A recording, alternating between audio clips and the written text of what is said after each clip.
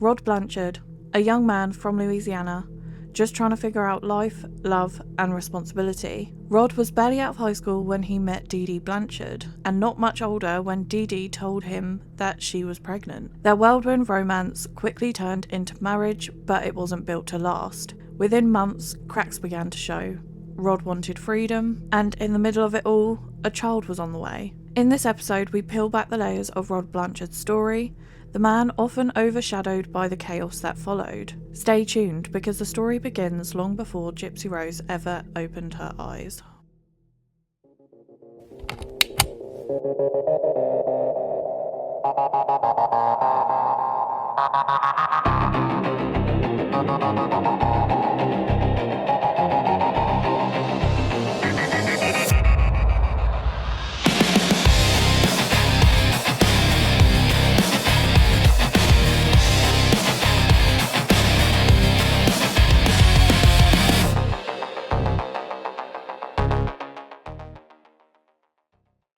Hello YouTuber true crime community, welcome to Alcatraz True Crime. I'm Alcatraz and I'm just someone who's interested in true crime and spends probably more time than I should, or more than I should admit to, deep diving into cases. And one case that I just can't stop looking into is the case files of Gypsy Rose Blanchard. So I'm putting together a series in chronological order about the case and as the events unfolded. There is so much information about this case that is twisted and convoluted, and others that are nuanced, and things that have come out years later that we didn't know at the time. So I thought that this would be a really helpful way to put it all in a chronological order so we can see what was happening as events unfolded. In part 1, we looked at Dee Dee's history, her life before motherhood, and we left off at her meeting Rod Blanchard. So today we're going to be going over Rod Blanchard as we did with Dee Dee and see what we find. There isn't too much public information known about Rod's early life. There wasn't really much I could find about Dee Dee, but even less so about Rod, so these episodes will be a little bit shorter than when we get into the more nuanced areas of the crime. So without further ado, we'll jump into it and ask the question, who is Rod? Rod Blanchard Jr. was born in southern Louisiana with Cajun roots, much like Dee Dee's family. His upbringing reflected a small town life in Lafourche Parish surrounded by wetlands, bayous and tight-knit communities, where everyone knew everyone and most families worked in trades tied to the Gulf. Like I said, there isn't a lot publicly known about Rod's early life before he met Dee Dee, but from what we can gather and assume, his life was typical for that area: school, friends, community, work and youthful independence. Rod described himself during his teenage years as wild as a weed. I was 17 years old. I was wild as a weed, you know. A restless teenager who enjoyed freedom. His story that we know publicly really begins when he meets Dee Dee Blanchard at 17 when at a bowling alley, and since his life really just became intertwined with hers. So when they met, Rod was 17, an age when you're carefree and adventurous, and one night his path crossed with a 23-year-old Dee Dee. Dee Dee and I met at the bowling alley one night. Met up again a couple of weeks later, and we started dating then. And this is where I really side-eye Dee Dee.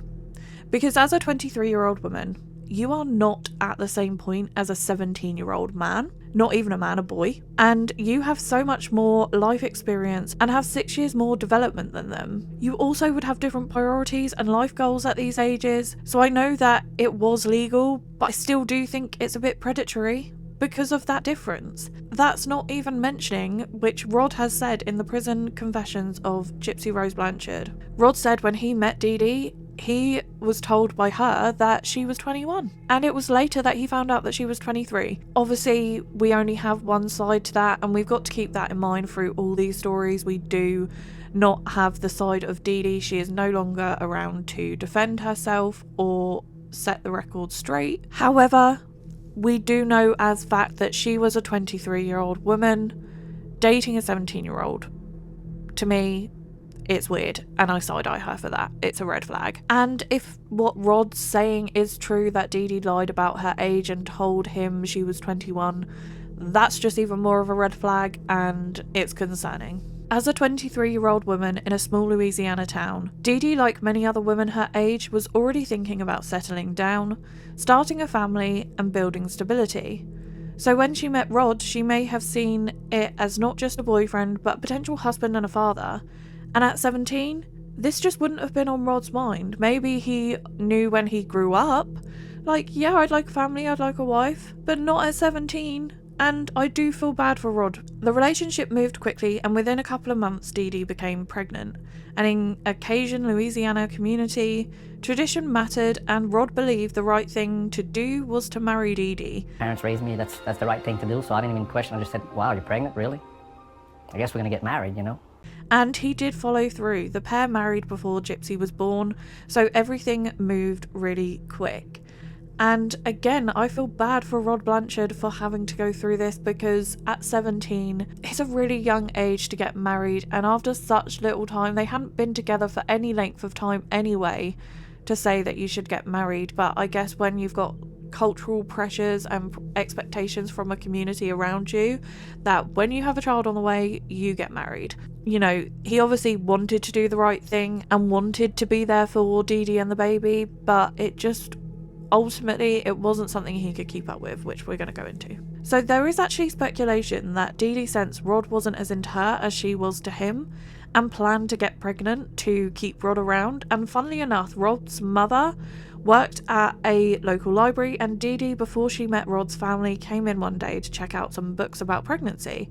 And obviously Rod's mother, just doing her job and making small talk, asked, "Oh, are you pregnant?" And Dee Dee was like, "No, I'm just looking into these for a friend." And then months later, the announcement comes that Rod's got someone pregnant, and it's the girl from the library that his mum saw checking out books on pregnancy. So that's a bit sus. Again, we don't have a counterclaim to it, because the person who could give that counterclaim is no longer here. And that is one of the tragedies about this case, is there is so much said about this person, about their ways, and we're going to dive into more in the next episode. The next episode, I get really quite irate with it. I've been writing the script for it, and yeah, stay tuned for that. All of these things are said about this person, and they are not here. Their voice has been taken. They can't defend themselves.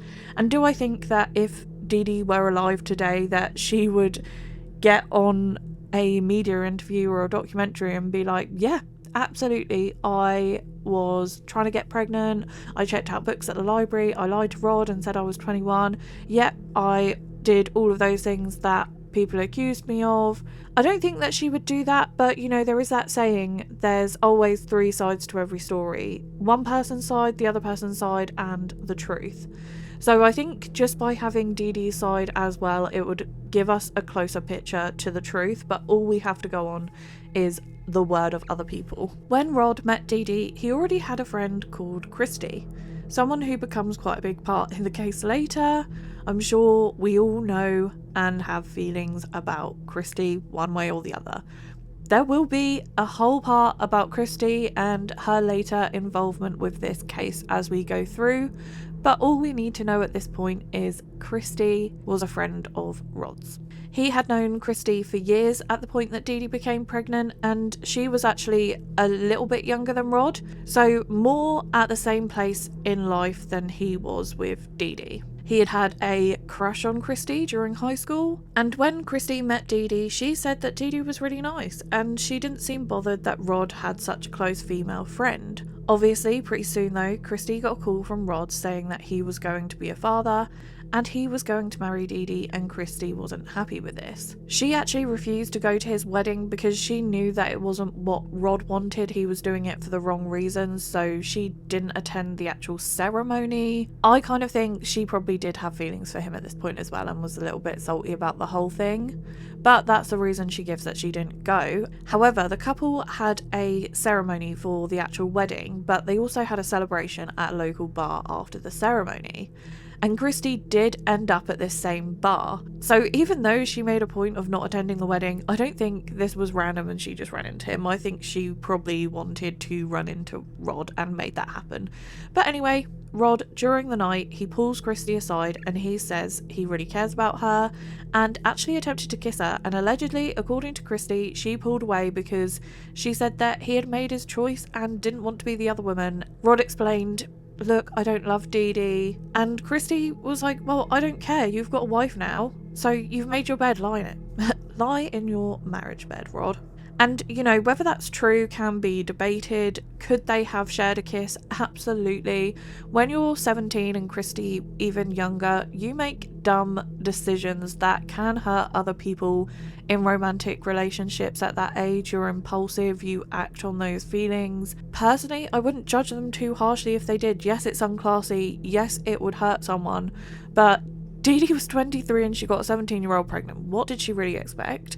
And also, if they liked each other, I wouldn't judge them too harshly. I don't think it's that much of a bad thing to do when you're literally a teenager. When you're literally both teenagers. But anyway, that's just my opinion, and that's personally, I think they most likely did share a kiss.